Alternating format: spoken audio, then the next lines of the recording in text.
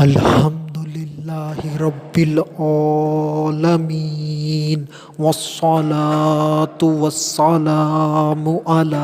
سید الانبیاء والمرسلین اما بعد فاعوذ باللہ من الشیطان الرجیم بسم اللہ الرحمن الرحیم وقرن فی بیوتکن صدق اللہ العظیم۔ اور اپنے گھروں میں ٹھہری رہو۔ آج کا جو میرا عنوان ہے وہ ہے دیوس۔ درود پاک کی فضیلت نبی اکرم نور مجسم شاہ آدم و بنی آدم سیاہ لامکاں صلی اللہ علیہ وآلہ وسلم نے ارشاد فرمایا، جو مجھ پر درود پاک پڑھنا بھول گیا وہ جنت کا راستہ بھول گیا۔ صلو علی الحبیب صلی اللہ تعالی علی محمد۔ پڑھیے الصلاۃ والسلام علیک یا رسول اللہ وعلی آلک واصحابک یا حبیب اللہ۔ دیوس کی تعریف۔ دیوس وہ مرد ہے جو اپنی بیوی اور کسی محرم پر غیرت نہ کھائے، یہ دیوس کی ایک تعریف ہے۔ اور اس کی تعریف کرنے والے حضرت علامہ علاء الدین رحمۃ اللہ تعالی علیہ ہیں۔ اور اس کی یعنی کہ دیوس کی دوسری تعریف وہ مرد جو اپنی عورتوں اور اپنی محارم کو بے پردگی سے منع نہ کرے، طاقت اور قدرت ہونے کے باوجود بھی وہ دیوس ہے۔ تو دیوس کے متعلق نبی پاک صلی اللہ علیہ وآلہ وسلم نے ارشاد فرمایا، تین شخص کبھی جنت میں داخل نہ ہوں گے۔ نمبر 1 دیوس، نمبر 2 مردوں کی طرح شکل اپنانے والی عورت، نمبر 3 شراب کا عادی۔ اس سے وہ عورتیں عبرت حاصل کریں جو مردوں کی طرح کے کپڑے پہنتی ہیں اور مردوں کی طرح بال کٹواتی ہیں، یعنی کہ وہ اپنے آپ کو مرد بنانا چاہتی ہیں، تو اس سے وہ عبرت حاصل کریں۔ اور اسی طرح سے چھوٹی بچیوں کے بال لڑکوں کی طرح کٹوانا، ان کو لڑکوں والے کپڑے پہنوانا اور ان کو ہیٹ پہنانا، ان کو لڑکوں کی طرح بنانے والے یہ تمام عمل ہیں، اس سے بچنا چاہیے۔ چھوٹی بچی کو بچپن میں ہی معلوم ہونا چاہیے کہ وہ لڑکوں سے الگ ہے اور اس کے ذہن میں ہو کہ وہ ایک لڑکی ہے، اور تاکہ جب وہ بڑی ہو، بالغ ہو، جوان ہو تو اسے شریعت کے مطابق لباس اختیار کرنے اور شریعت کے مطابق ذہن بننے میں اسے کسی قسم کی مشکلات کا سامنا نہ ہو۔ اس طرح سے اس کا ذہنیت بچپن ہی میں بنی ہوئی ہو۔ اور جو حدیث کے اندر ذکر ہوا کہ 3 شخص کبھی جنت میں داخل نہ ہوں گے،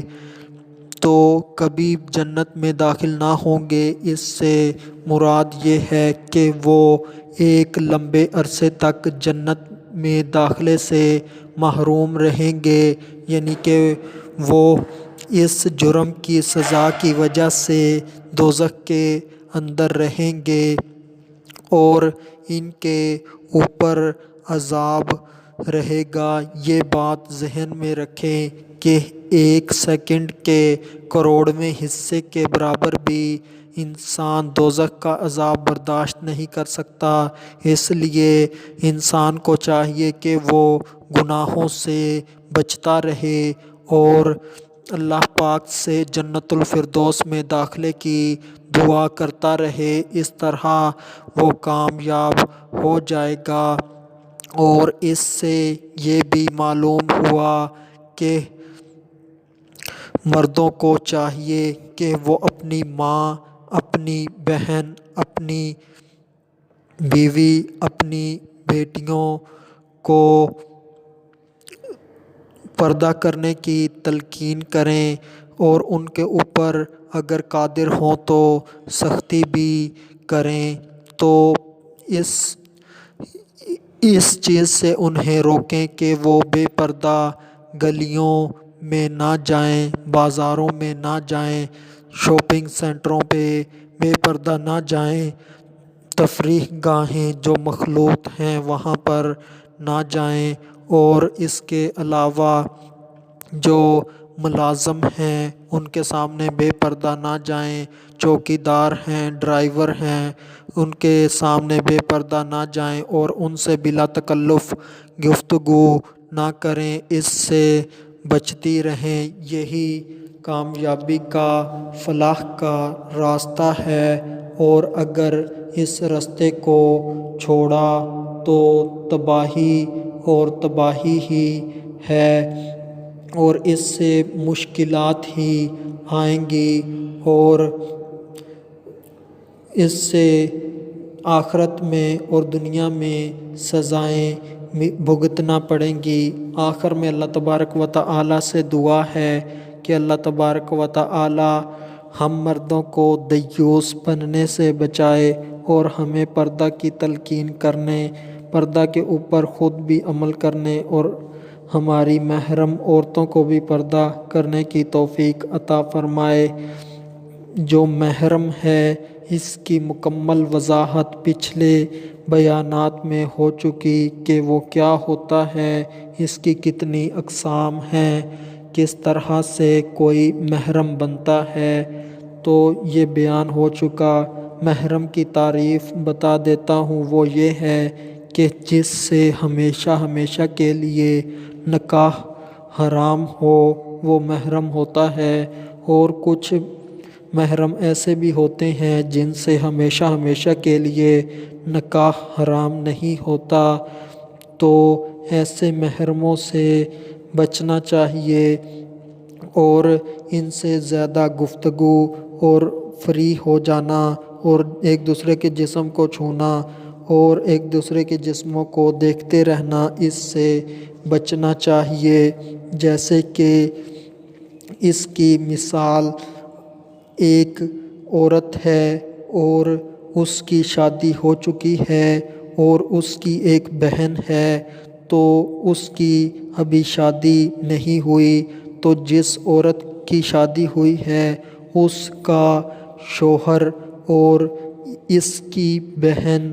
یہ آپس میں محرم تو ہیں، یعنی کہ دین اسلام کے اندر دو بہنوں سے ایک ہی وقت میں نکاح نہیں ہو سکتا، اس اصول کے تحت وہ محرم تو ہیں، مگر یہاں پر اگر پردہ کر لیا جائے تو منع بھی نہیں ہے، یہ مناسب ہے، اچھا ہے، کیونکہ اکثر یہ دیکھا جاتا ہے کہ جب شوہر کے ہاں بڑی بہن کی وفات ہو جاتی ہے تو چھوٹی بہن کو اسی شوہر کے ساتھ یعنی کہ اسی لڑکے کے ساتھ بیاہ دیا جاتا ہے، تو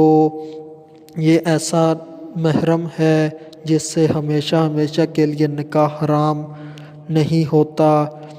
تو دین اسلام خود بھی سیکھیں، اس کے اوپر عمل کریں اور دین اسلام کو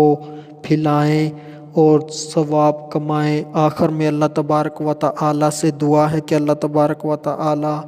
ہمیں متقی و پرہیزگار بنائے، گناہوں سے بچائے، دوزخ کے عذاب سے بچائے۔ وما علینا الا البلاغ المبین۔